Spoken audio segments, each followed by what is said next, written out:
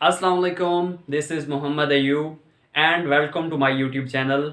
Today I'm going to start another series for the preparation of PPSC physics lecturer or educator that seats are coming soon inshallah. तो हमारा आज का जो topic है उसमें हम इलेक्ट्रोस्टैटिक को डिस्कस करेंगे जो हमारे पास फिजिक्स सेकेंड ईयर फिजिक्स का पहला टॉपिक है पहला चैप्टर है सॉरी इलेक्ट्रोस्टैटिक्स। ये चैप्टर 12 है एफएससी का, वैसे सेकेंड ईयर का ये फर्स्ट चैप्टर है।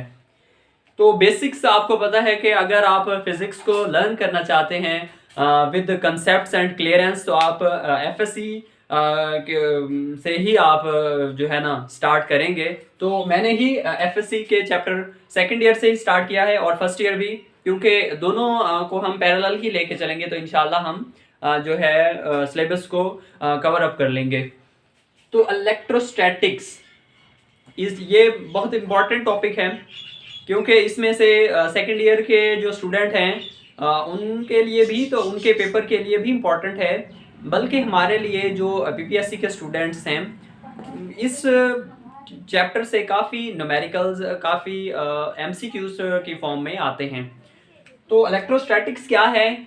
The study of electric charges at rest by the force, by the electric force, इसे हम इलेक्ट्रोस्टैटिक कहते हैं। अगर हम इसकी डेफिनेशन लिखें, द स्टडी ऑफ इलेक्ट्रिक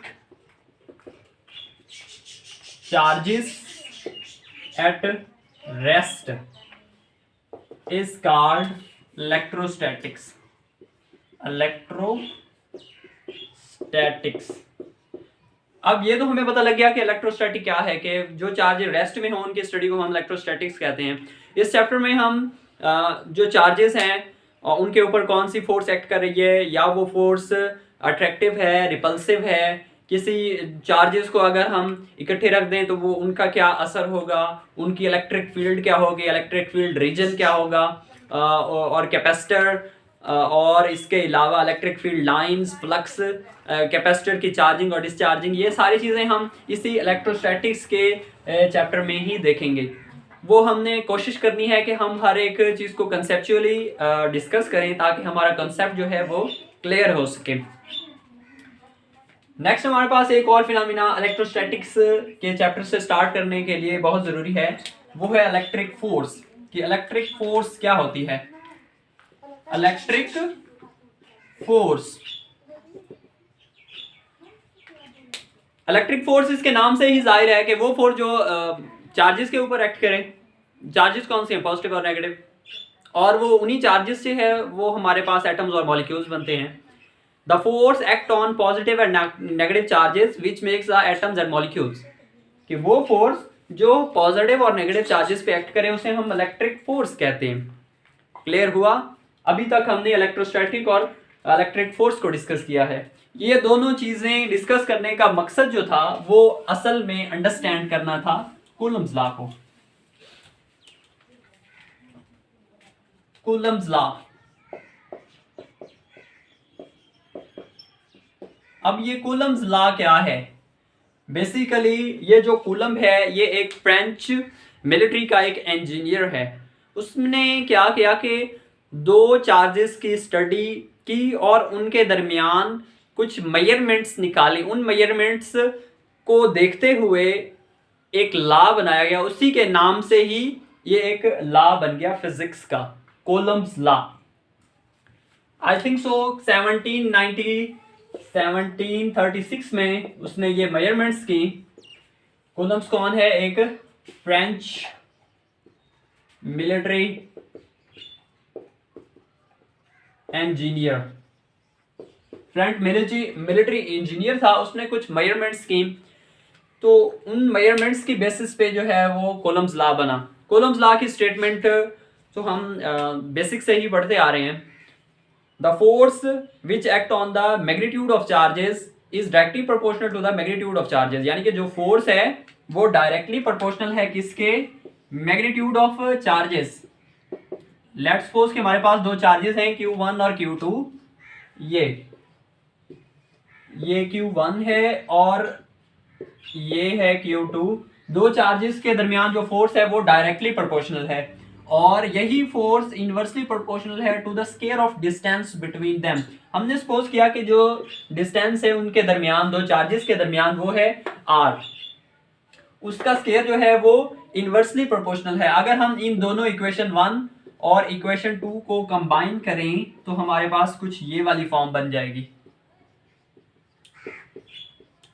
और अगर हम इस साइन ऑफ प्रोपोर्शनलिटी को खत्म करें तो यहां पे आएगा के।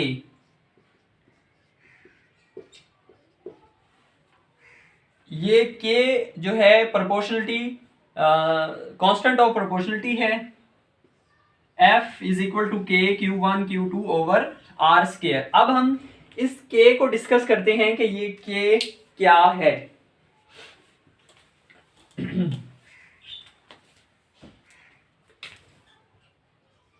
के की जो वैल्यू है वो हमारे पास 4 पाई एप्सिलॉन नॉट है, 4 pi epsilon not, 1 over 4 pi epsilon not. अब एप्सिलॉन नॉट क्या है? Permittivity of space.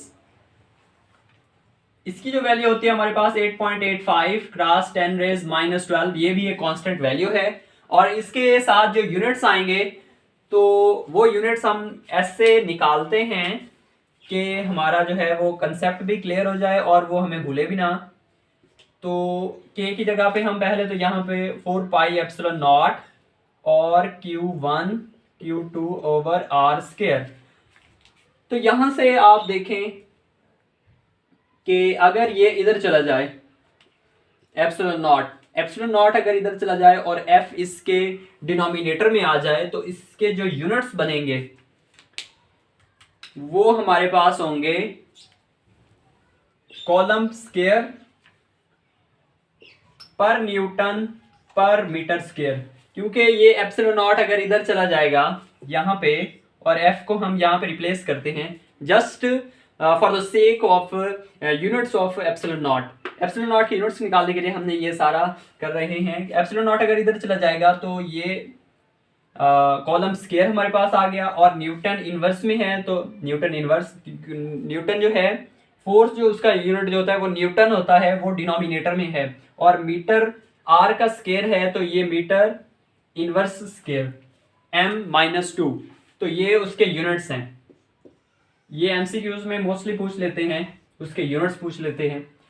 तो नेक्स्ट जो है इसके यूनिट्स क्या बनेंगे के अगर हम k is equal to 1 over 4 pi epsilon naught की वैल्यू यहाँ पे हम लगा दें 8.85 क्रॉस 10 रेज माइनस 12, तो इसके जो वैल्यू आएगी सिंप्लीफाई करने के बाद 9 cross 10 raise 9 newton metre square पर कॉलम स्क्वायर।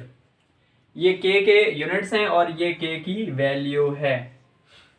अब दोबारा हम इस इक्वेशन की तरफ आते हैं, अपने जो चार्जेस हैं उनको दोबारा डिस्कस करते हैं। ये तो हमने इस इक्वेशन को डिस्कस कर लिया, अब हम उन चार्जेस को डिस्कस करते हैं कि उन चार्जेस का आपस में क्या रिएक्ट है। अगर पॉजिटिव चार्ज हो, अगर दोनों नेगेटिव हो, अगर एक पॉजिटिव हो एक नेगेटिव हो, तो उनका आपस में क्या रिलेशन होगा।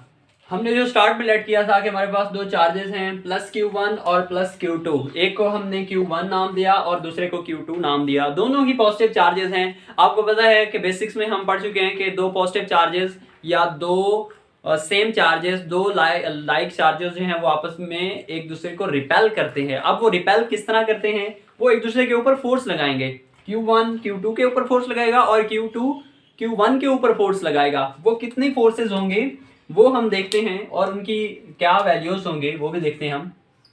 ये डायरेक्शन है किसकी? F12 की, ठीक है।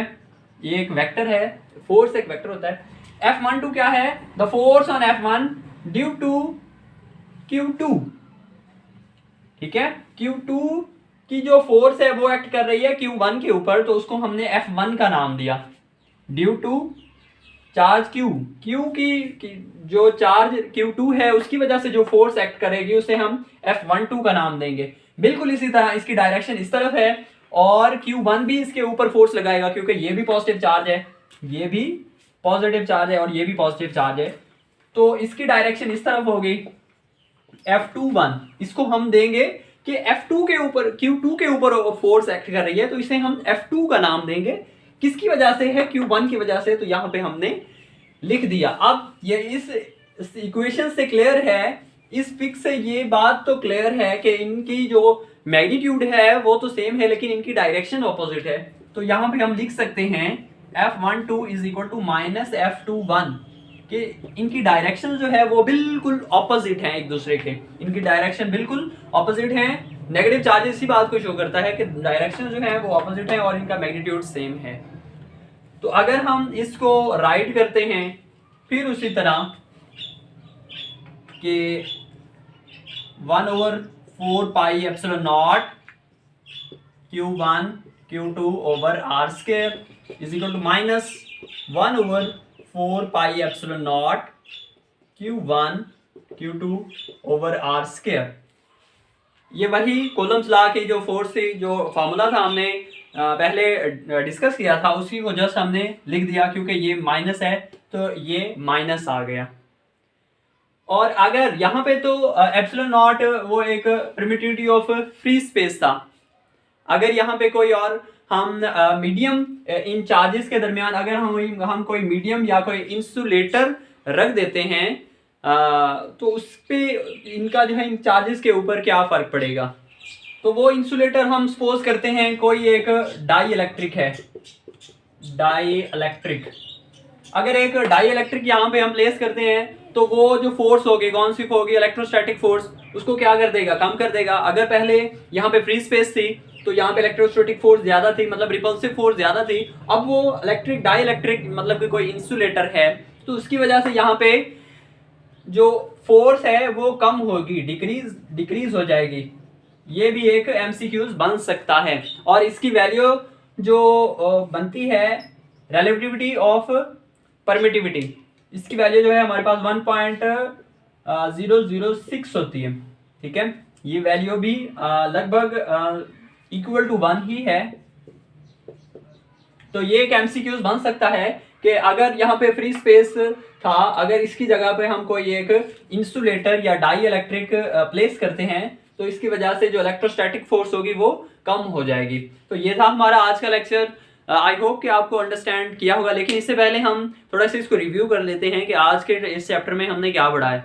आज हमने सबसे पहले इलेक्ट्रोस्टैटिक्स को डिस्कस किया है, the study of electric charges at rest, कि चार्जेस की रेस्ट में हो तो उनकी स्टडी को हम इलेक्ट्रोस्टैटिक कहते हैं। उसके बाद हमने इलेक्ट्रिक फोर्स को डिस्कस किया था कि वो फोर्स जो चार्जेस के ऊपर एक्ट करे उसे हम इलेक्ट्रिक फोर्स कहते हैं। उसके बाद हमने कूलम्स लॉ को डिस्कस किया था। कूलम्स लॉ में जो फोर्स है वो डायरेक्टली प्रोपोर्शनल होती है मैग्नीट्यूड ऑफ चार्जेस के, और इनवर्सली प्रोपोर्शनल होती है उनके डिस्टेंस बिटवीन देम, उनके दरमियान जो डिस्टेंस है उनके दरमियान है, तो वो इनवर्सली प्रोपोर्शनल है स्क्वायर ऑफ डिस्टेंस के। और इसके बाद हमने उनके जो के है उसकी वैल्यू और उसके यूनिट्स को डिस्कस किया, और जो एप्सिलॉन नॉट है उसकी वैल्यू और उसके यूनिट्स को डिस्कस किया, और एंड में हमने इनकी जो मैग्नीट्यूड ऑफ चार्जेस हैं उनके दरमियान अगर हम पॉजिटिव चार्ज लाइक चार्जेस रखेंगे तो वो एक दूसरे को रिपेल करेंगे। अगर यहाँ पे हम पॉजिटिव चार्जेस रख देते हैं, लेट्स सपोज कि यहाँ पे हम क्या करते हैं, अनलाइक चार्जेस रख देते हैं। यहाँ पे ये एक चार्ज है और ये भी एक चार्ज है, ये Q1 है पॉजिटिव का और Q2 है नेगेटिव का। तो ये अब क्या करेंगे, ये अब अट्रैक्ट करेंगे। अब इनकी डायरेक्शन जो है वो F12 और F21 जो हैं इनकी डायरेक्शन जो है अब इस तरफ होंगी। ठीक है, अब बजाय इसके कि ऑपोजिट डायरेक्शन में होंगी, अब ये एक दूसरे को अट्रैक्ट करेंगे। ठीक है, तो ये था हमारा आज का लेक्चर। आई होप कि आपने अंडरस्टैंड किया होगा। इससे नेक्स्ट लेक्चर में हम कोशिश करेंगे कि इससे रिलेटेड जो भी MCQs बनेंगे पेपर के पॉइंट ऑफ व्यू से वो हम डिस्कस करेंगे इंशाल्लाह।